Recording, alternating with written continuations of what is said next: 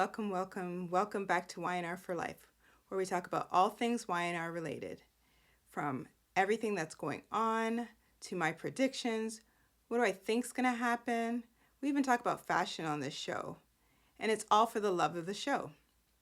If you're new here, hey, how you doing? What took you so long to get here? And if you're coming back again, what's up? Long time no see.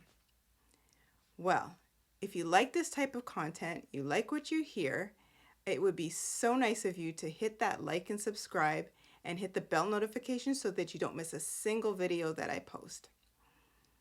And as a disclaimer, as usual, if you kind of don't want to know what's going on, you kind of want to catch up on your own, this might not be what you want to see, but I am so grateful that you're here.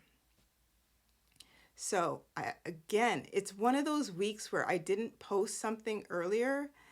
I tell you, never mind, it was just a busy week, but I literally was like glued to every episode. And I felt, you know what, this was robe worthy stuff. There was so much that happened, so that's why I'm wearing the robe. And I hope I don't miss anything, but again, this is just kind of off the cuff and what I've seen, what do I think is newsworthy. Man, it was a whole lot of mess, jokes, like we even have a past character that came back, like just crazy. So, as usual, don't mind me if I refer to some notes, because again, I kind of don't want to miss anything, but we'll see. We'll see where this takes us. So, get your cup of tea, coffee, glass of wine, some juice, whatever it is. I tell you, this was so juicy this whole week. If I ate popcorn, I'd have a big bowl of popcorn right in front of me right now. But anyway, let's get into it. So, you know the face, Slimy Nate. So, Slimy Nate, I really don't want to talk about this guy, but I feel like he is just riddled in almost every episode now. So anyway, Nick walks in on Slimy Nate and Victoria having a talk. And for once, they don't have their clothes ripping off. They are actually speaking about business. Shocker. So anyway, Nick says that he wants to talk to Victoria by herself. So Slimy Nate toddles off. But of course, if you're not caught up and you don't know, Slimy Nate is up to his own agenda. And Victoria is going to get hurt again. I'm going to give you a prediction on that. But anyway, so Nick's like, what is up with you, Victoria, with this dude? Again, you can't see what's going on here. You can't see how he is using you. Are you kidding me? So the two of them do this kind of sparring match back and forth. She takes a hit at Nick for having, a relationship with Sally when that developed in the office, and when, why can't I have a relationship, that starts in the office with Nate? Victoria, stop being a crybaby. Your brother is out for your best interest. It's not that he doesn't want to see you happy. It's just the fact that he can see, he's the one that can see the forest through the trees. You, on the other hand, are so goo gaga over Slimy Nate that you can't see what's really going on. Anyway, so that pretty much was that. Slimy Nate ends up at Audra's, um, at her hotel room. Once again, this is the same hotel room that Sally has, that Tucker had, like, and now later on that Phyllis is gonna have, like, it's too hysterical for me. So Slimy Nate ends up at Audra's hotel room, and he's like, look, whatever I have to say is for your ears only. You know, I don't want nobody else hearing this information, what have you. So he's basic. The two of them are now a full-fledged team. Again, I don't know where Audra, like, from the past, where she said that she wanted to be with Nate, like, in her mind, like, she claims that ship has sailed. I don't even know when it, like, left the port, because that's confusing to me. Anyway, so the two of them are in some full-fledged scheme together where, you know, again, I thought he was gunning for Victoria's job, but he's pretty much gunning for Nick's job. And, well, he just wants to be, like a power couple. He wants to be like a higher up. So I guess Newman Media is like, lowball for him. So he needs to be like, some sort of tip top guy at Newman. Which again, this goes back to your last name is not Newman, Slimy Nate. It's not. So it's never going to happen. And Victor Newman will crush you like a bug. And that I cannot wait for. Anyway. So basically, Nate wants to kind of take it slow as to how he, makes his move. And he's like, look, we're working together, because Audra clearly wants her moment of power, but whatever. So she's like, I'm hearing a lot of I and I and I here, Nathaniel. But what about like we, like us?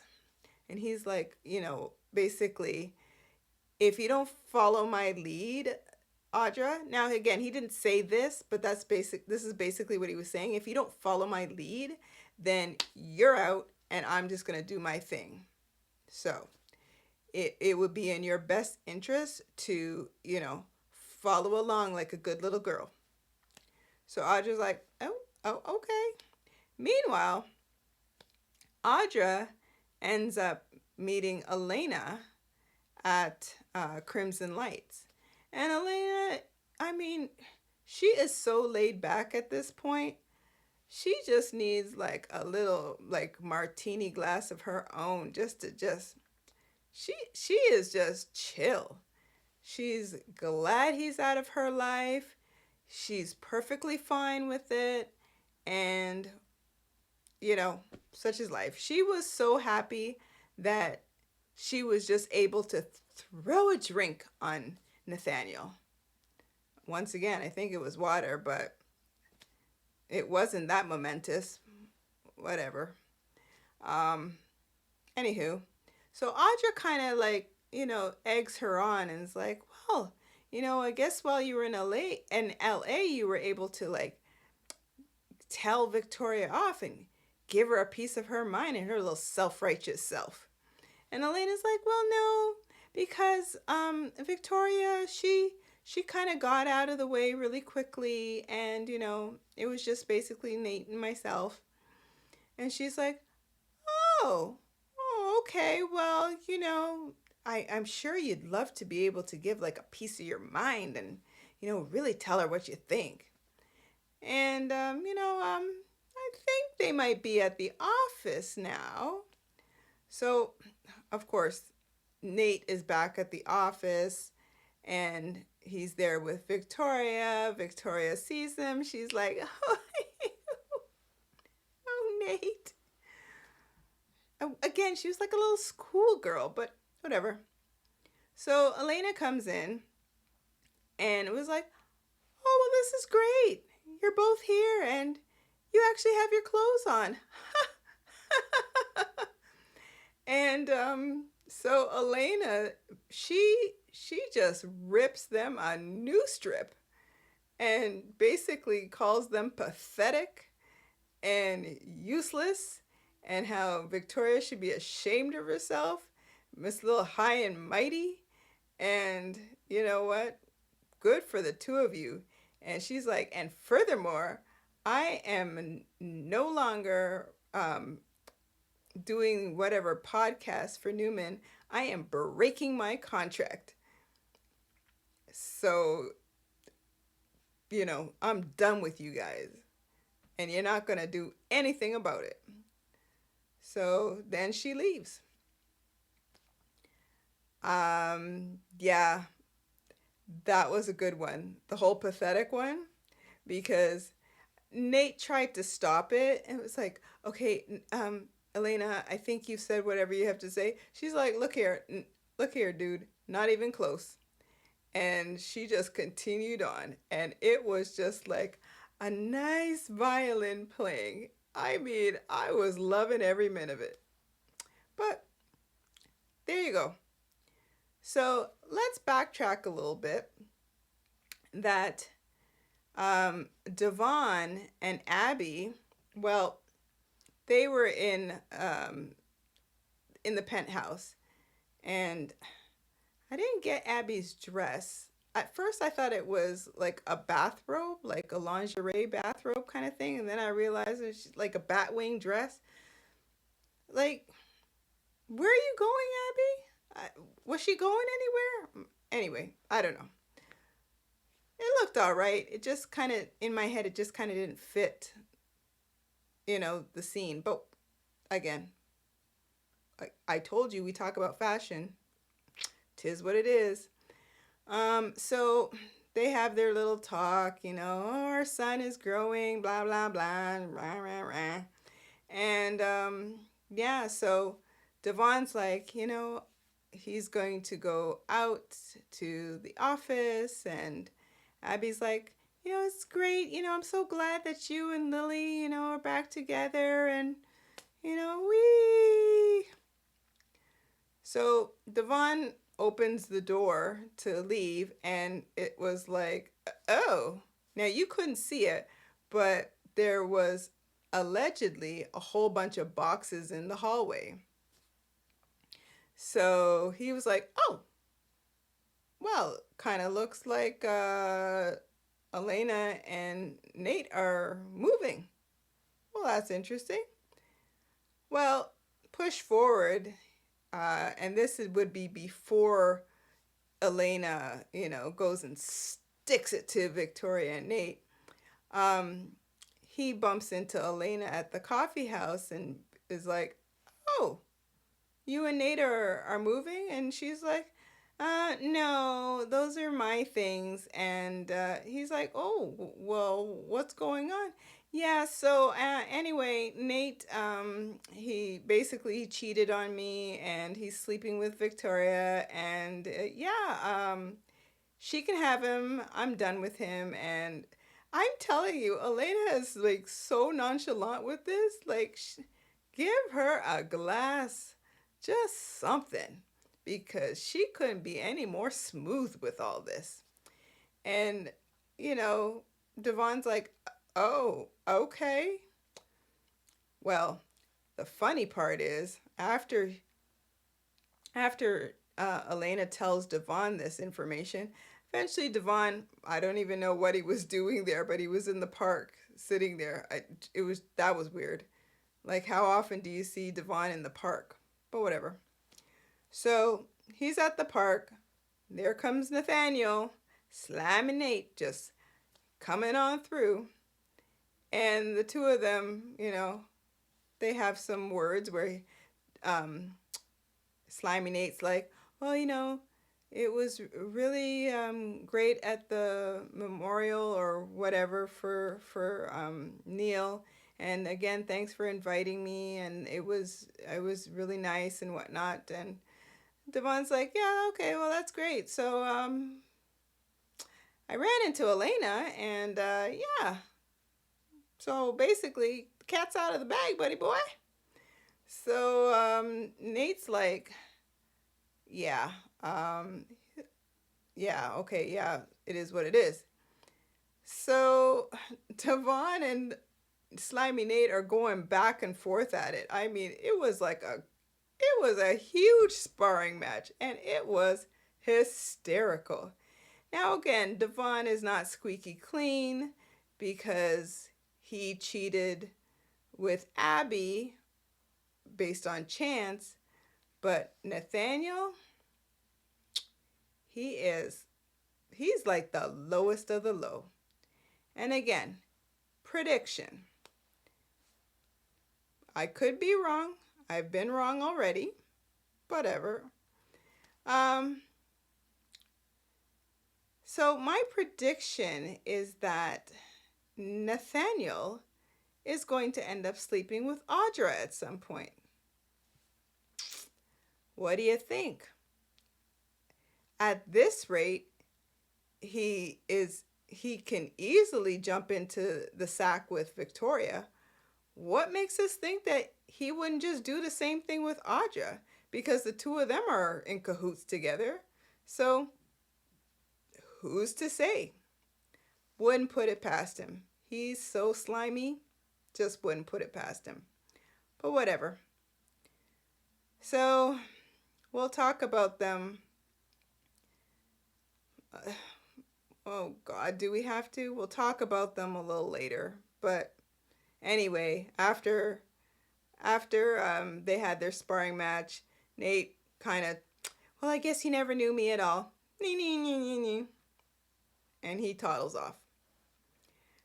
Okay, so let's see. Nikki sees Victoria at the office and was like, oh, there's like a glow about you, Victoria. Like, what brought on this glow? Well, obviously. She's like, well, and this was funny. Maybe it was the oxygen facial I had yesterday. Oxygen facial. Oxygen facial.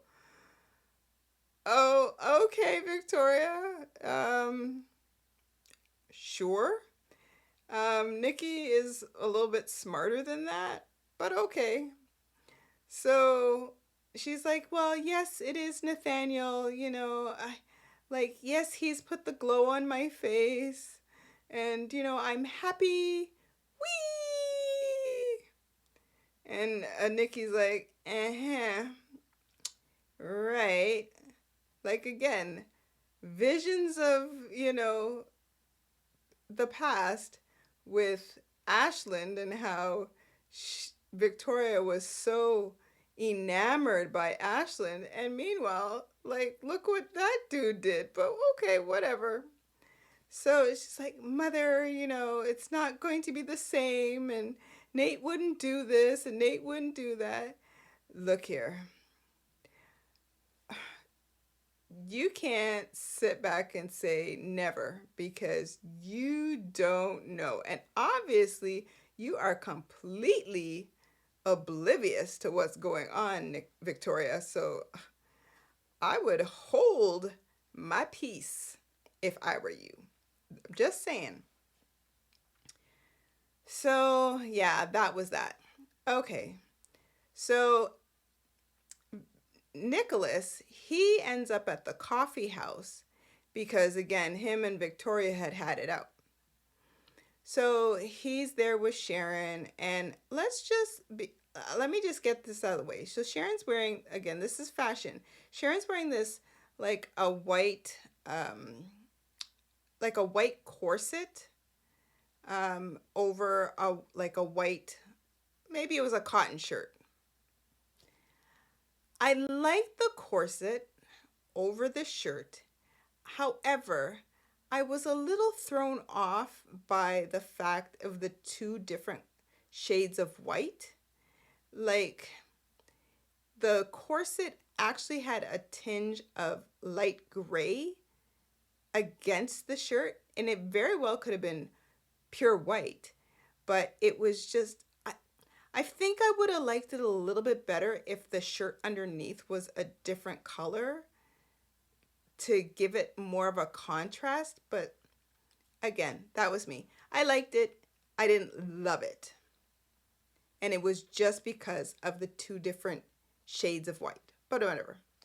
It still looked good on her. Okay, I'll give her that. So Sharon is trying to cheer Nick up because of, the fact that he just was like gruesome over what occurred, the conversation between him and Victoria. So at some point, Nick spots the expensive bottle of champagne on the shelf. Why she put it there, I don't know. And moving forward, he ends up seeing this red smudge on the champagne bottle, and she's like, oh, must have been there.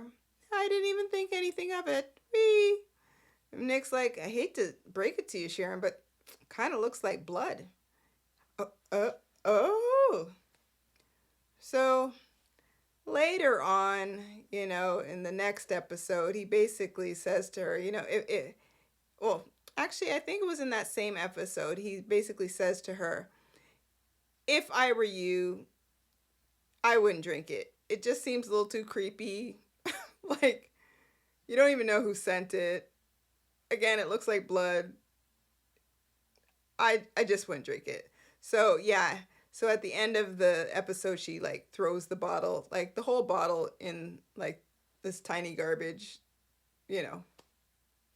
behind the bar area at the coffee house. But such is life.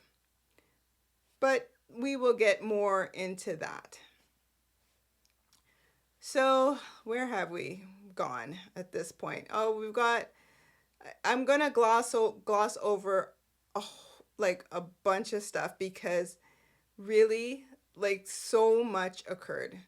We have Slippery Summer, who look a hot mess, where she ends up, like, her and Kyle are at the club supposedly having like a meal, and she's not even paying that close attention, and he's getting upset. And then eventually she apologizes for, her behavior.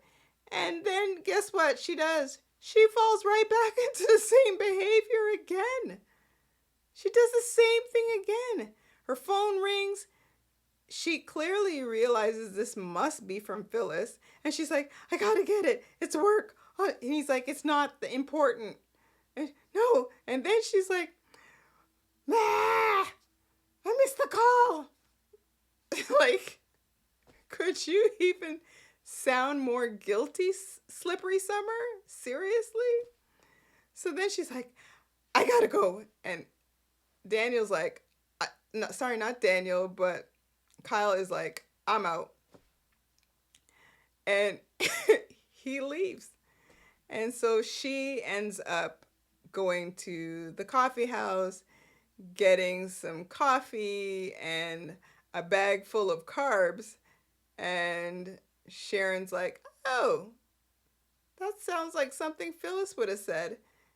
Again, Slippery Summer looks guilty. So she ends up she gets a text message saying, meet me in an hour, location to be determined.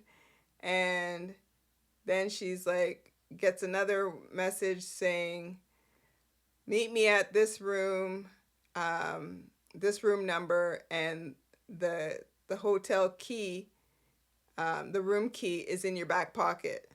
So now Phyllis is like a mastermind. She's not even a pickpocket. She's what would you call it? A pocket giver? I don't know. Like, it was so weird. And then, Summer checks her back pocket, and there's the key card. It was so weird. Such is life. Anyway, she goes to the hotel room. Everything's fine. I don't know why Phyllis was like mouthing the words hi to her. And then when she closes the door, big conversations are going on. I'm like, why were you quiet when she walked in? I mean, never mind the fact that Phyllis was in her disguise to get into the hotel room.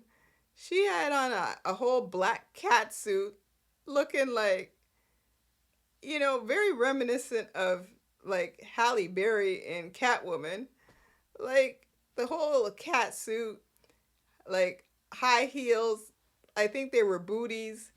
And yet she had like a baseball cap on with her hair kind of tucked in and some glasses.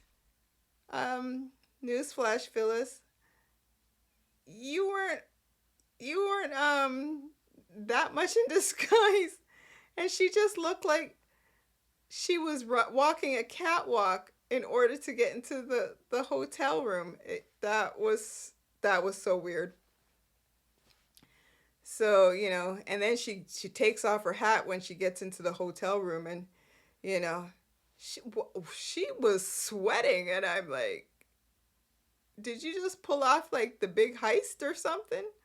Anyway, Summer comes in, as I said, and the two of them embrace, hey, Supergirl, my baby girl, blah, blah, blah. She brings her a bunch of carbs and coffee, and, all's well with the world. Summer basically, at the end of their convo, she had already told her that Daniel spilt the beans to like everyone who is anyone, and he's made a mess of things. And Phyllis is like, yeah, I know. But she was more focused on the fact that Chance and Cricket are aware of this. And she's like, do they believe this story? And you'll find out that, yeah, they end up knowing for a fact that she's alive. But okay, that's a little jump ahead spoiler. So I'm sorry, like, it's so funny, like, I can't stop laughing. So then, you know, Phyllis was like, I want to see my son, I want to hug my son, whatnot. And Summer's like, oh, looky here, that ain't gonna happen, like, not on my watch. And I'm calling the shots now, and you're gonna listen to me. Well, Slippery Summer, excuse me, when did you get to be like the kingpin in this operation? And Phyllis is like, basically, okay. Weird. Okay, so we're gonna gloss over the fact that Daniel and Lily, Chelsea, Billy, Connor, Johnny, Lucy, it was like, okay, they all had dinner together. They had the kids at a kids table and the adults at the adult table. Well, as we can clearly see, there's a little, love triangle that is starting to ensue between Johnny, Connor, and Lucy. Oh, the innocent, the young and innocent. Let's just call it the young and innocent, shall we? Because how old is Johnny? And how old is Lucy? And how old is Connor? I don't know. And Connor looks all jealous over the fact that Johnny is kind of like googly-eyed over Lucy, and almost like you're cramping my style, you're getting in onto my territory. Look, Y&R, we don't need that mess. Leave that mess alone. Like, to me, they are young and innocent. No, I mean, they're not even like 16 or 18 or anything like that. Like, leave that mess alone. And before you know it, Connor's like, I want to go home. I want to go home. As Connor seems to be doing that very often lately. But wasn't that a greeting that Lily gave Daniel when she came back from out of town? I said, excuse me, Mr. Officer. Well, like, what a greeting. And by the way, when did they become a couple? Just because they had the one romp in the sack? Alrighty then. What you gonna do? Let's see. Where are we now? So we gloss over that because again, scene filler. It was what it was. Oh, I forgot to mention how from at the beginning, Jack had met Billy at society. Billy basically tells Jack that he believes that Ashley is, wanting to start a coup to basically get Jack booted out of the CEO position at Jibbo. And Smiling Jack wasn't smiling so much at that point, and he was like, I can't believe that this would happen, whatnot. Let me not gloss over the fact that he comes back to home and he is furious. He is looking for Ashley. He's screaming, Ashley! Ashley! Well, no Ashley, but there's Tucker sitting on the couch.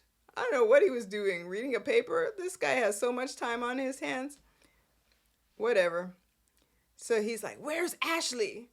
And Tucker's like, yeah, I would basically calm down if I were you. And I don't even know if I even knew where she was, if I would even tell you in the first place. I don't like your attitude. So Jack's like, hold on a second. You're in my home and you're telling me that? Uh-oh, I live here too. Well, he's not wrong. So Tucker nicely tells Jack that if he messes with Ashley, he's messing with him. And he's like, you do know what I'm capable of, and you don't want that thunder on you. And he's like, what, are you threatening me in my own home? And the two of them are like just going at it. But I like Tucker at this point because he is so smooth with his words. Like, I'm telling you, Jack, you will have a problem. Like, you're not going to hurt her. Because remember how you told me not to hurt her? And you're going to try and hurt her? Yeah, not happening. Not on my watch. Ashley ends up coming in and she's like, what's going on? What is going on here? And you're the one that's shouting, Jack. What's going on? And so Jack basically was like, so I hear you wanted to start a coup. And she's like, well, I was wondering what was taking Billy so long to tell you. And eventually the two of them are going at it again. And Diane comes in and is like, so you guys need to stop. This needs to stop. This has become like a battleground. Kyle and Summer have moved into the pool house. Allie is off with Noah, living wherever. Tracy has escaped to New York. When did Tracy leave? I'd like to know, but whatever. And she just slipped out like Slippery Summer, didn't she? Such is life. So anyway, so they end up, all of them are going at it except Tucker, because Tucker's just kind of sitting there like, all right. So Ashley's like, oh, well, look, since Diane is your fiance, Tucker's family too, because he's my fiance. And Jack's like nearly lost the gasket.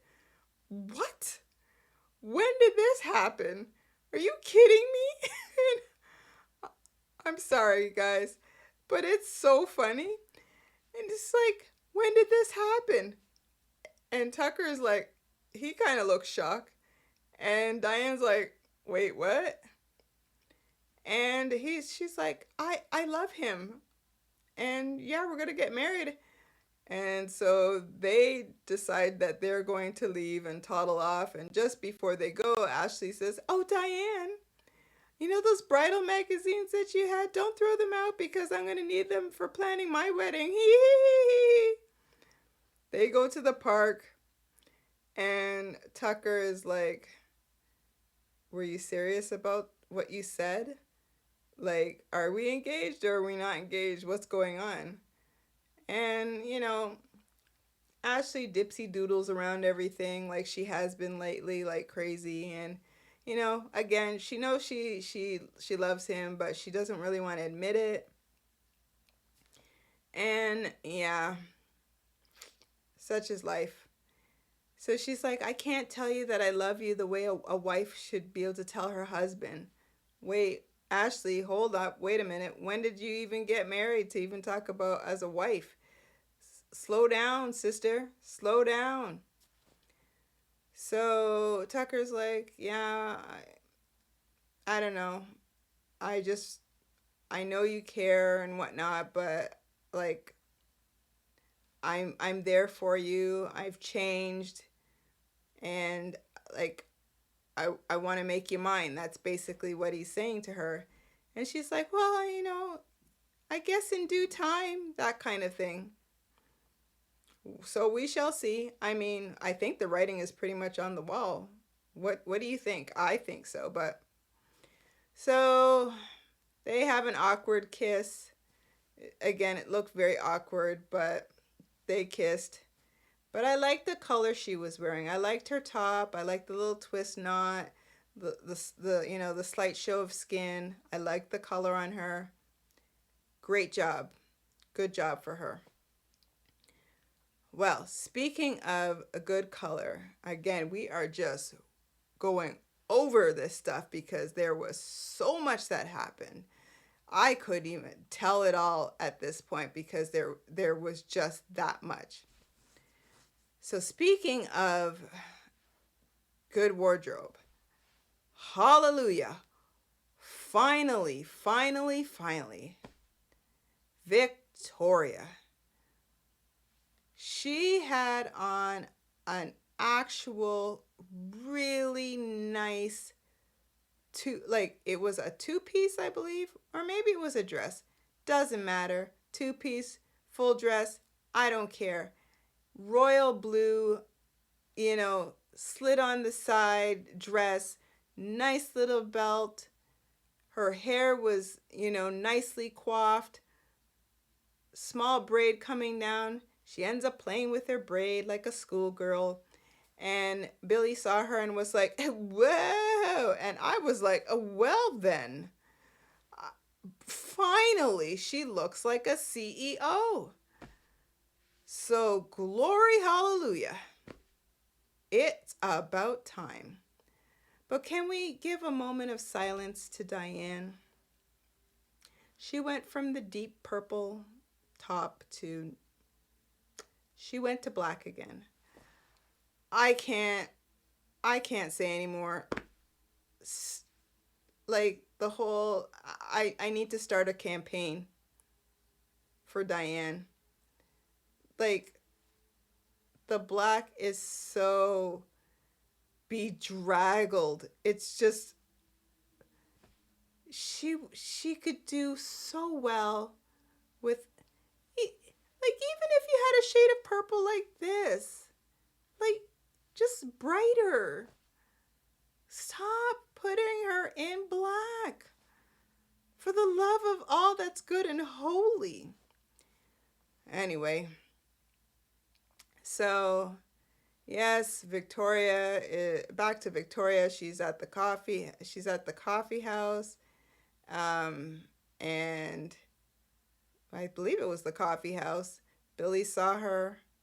Was it the coffee house or was it society? Doesn't matter. Her and Billy bump into one another. Billy, oh, wow. And, oh, no, it was the coffee house because then they end up having this conversation about, oh, who are you with? Like, what's going on? Who's put this, like, pep in your step? And so she's like, oh, it's Nate. And he's like, come again? You mean the Nate that's with Elena? And then she's like, no, they're not together anymore. And, before you say anything, you know what? Like, basically, don't bother because I'm happy. He's like, well, that's all that matters to me as long as you're happy. Okay, great. And, Billy's been like, I don't know, since he's been with Chelsea, he's just been like, hey, that works. Who cares? Move on. Let's go. It is what it is. And he has no, he's got no, need to rebut anything. It's like, hey, do you, boo boo? It is what it is. Like, I'm doing me. Knock yourself out. So yeah, that's how that's going. Slimy Nate, he ends up getting summons by Victor Newman, and they have I don't know, coffee or whatever at society. Then eventually end up at the park. How often have you seen Victor in the park? And they're having like their conversation, yucking it up. Nate basically says, it's because of you, the great Victor Newman, which is why I, took whatever course in school, because I wanted to be like you. You inspired me. I read your book. And so just then, like Columbo, after Nathaniel leaves, Victoria, she kind of pops out of the bushes and startles Victor, like, oh, like, what were you spying on us? Like, you could have joined in. Like, oh, no, I was just on my way to work, and I just happened to like spot you guys, and I didn't want to disturb. And okay, Victoria, like, whatever. Again, don't want you to talk about them. I know we're gonna have to talk about them later on in future episodes, but for now, I'm done with Nate. I'm done with Victoria. But again, thankfully, she was wearing something that looked business appropriate, what have you. We're gonna wrap this up very soon. So Cricket and Chance, they're doing like this back and forth like on like almost every episode. I don't know if I quite cared for Cricket's bubblegum pink two-piece suit. I like the suit, just not on her. Probably would have chosen a different color. Against her skin tone, it just kind of like washed her out. Maybe if it was like an even brighter pink, like a fuchsia, but the bubblegum pink, yeah, no. I would have even taken a blue or a green or something. Just I didn't quite care for it. It also made her look a little shorter for whatever reason, but didn't care for it on her. Back to the story. They're going back and forth at it. At one point, Chance ends up with his blue gloves at the motel room, where Jeremy Stark was, rant, rant, rant. And he doesn't find anything in the room, but then after he takes the same blue gloves and throws it into the garbage, like, okay, you leaving the gloves there? All right. I guess he has an epiphany. Let me check the garbage. So he goes to the motel garbage, and I'm like, all right. And he starts rifling through the garbage bins, and he cracks open one bag and doesn't find anything, but then he ends up finding another bag, which eventually He cracks that open and finds a crumpled up program from Phyllis's memorial. Oh, like, they haven't taken out the garbage? Come on, people. Like, so it's been sitting, the garbage has been sitting there for weeks? This is what you want us to believe? Oh, okay, so he calls up some person named Maggie and is like, oh, listen, can we get DNA, or like, can we run fingerprints over this? It's been sitting here for a couple of weeks, and oh, it just so happens, how about, can we get DNA from a teardrop that's mixed with mascara? Okay, a teardrop that's mixed with mascara. Did you really need to call Maggie for this? Because, like, you know that Phyllis was at that room. Why did you? I didn't get that. But anyway, push forward. Maggie basically drops the news that, yes, it's a match. So there's, you know, undisputable proof at this point that Phyllis is indeed alive. And he ends up telling Cricket this information, and she's like, basically, off the record, you didn't hear this. I want to kill Phyllis. I can't believe she would do this, what have you. So everybody is now kind of figuring this out. Do-gooder Daniel has told Lucy. Lucy basically, talks and says whatever to Slippery Summer. And Slippery Summer is like, oh my God, Daniel, you told Lucy too? Like, when does this madness stop? And do-gooder Daniel tells Lily, and Lily's like, are you kidding me? Are you kidding me? Like, who does Phyllis think she is? She had you guys grieving, and that's not what a mother does. And she went off on Phyllis, like off, and she's selfish. I know it's your mother, but she's selfish.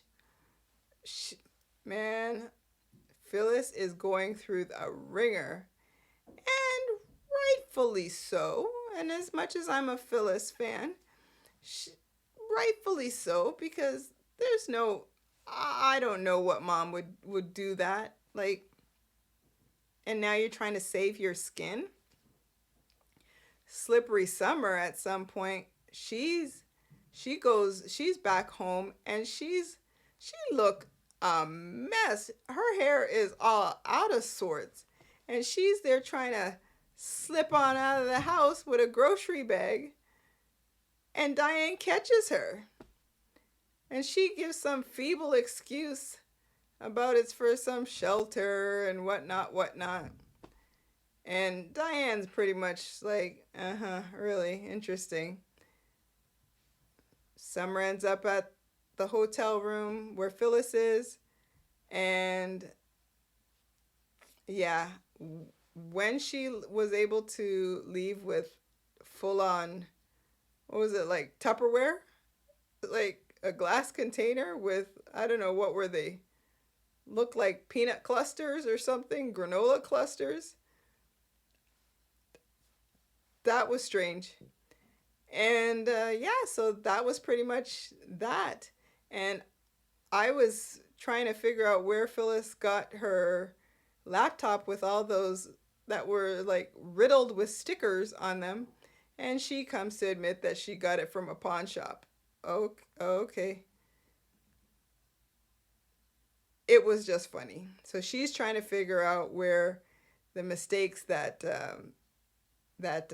Jeremy Stark would have made in order to help clear her name. She's got Slippery Summer bringing her stuff. Slippery Summer is lying profusely. She's basically, again, I say, Phyllis 2.0. Just a mess. So we're going to end it off with the fact that Cameron Kirsten, He's back. Now that, like, he was horrible. Horrible. Like, his character was horrible. But he's back. And Sharon figured it out because she got some cryptic postcard. And yeah, her and Nick were talking, and she was like, I didn't want to think it before. I didn't want to say it, but it makes sense. From this whole thing is from it's the same handwriting, and it's talking about Colorado, and I didn't want to admit it. And of course, Nick's like, it couldn't be. You're no way. And she's like, yep, it's Cameron Kirsten. So we end up seeing Cameron at the club, and yeah, who knows if he's going to be a recurring character or if he's just going to be like a blip. I don't know. But again, that's pretty much this is a longer episode because again there was so much that happened, and I couldn't stop watching. Like, I had to watch it, and I figured, you know what, this is robe worthy stuff, and I'm spilling the tea on all of it. Again, anything I miss, probably Sally and Chelsea. No, Sally and Chloe. You know, the fact that they end up getting some deal with Chancellor Winters. And again, scene filler. It's great. Happy for them. Bravo. Blah, blah, blah. And yeah, so you do get your little scene fillers here and there, taking up space, but there you have it, folks. Like, I don't know what this week's gonna bring, but hopefully I'll get you some information before the whole week has passed. But again, this was too juicy, too funny, too popcorn worthy. Like, man, it was a lot. But I had fun, as usual. Again, this is all for the love of the show. I thank you so much for sticking around. If you watched till the end, this was a blast. And you know what? We'll see what happens this week. And again, hit that like and subscribe button, and don't forget to hit the bell notification. I can't even speak anymore, but don't forget to hit that bell notification so that you don't miss a single video that I post here on Y&R For Life. So thanks again, guys, for your time. Thanks again for hanging out with me. You know what? Get your bathrobe next time. Get your loungewear. Let's sit. Let's talk. Let's spill that tea. All right, guys, you take care. Till next time.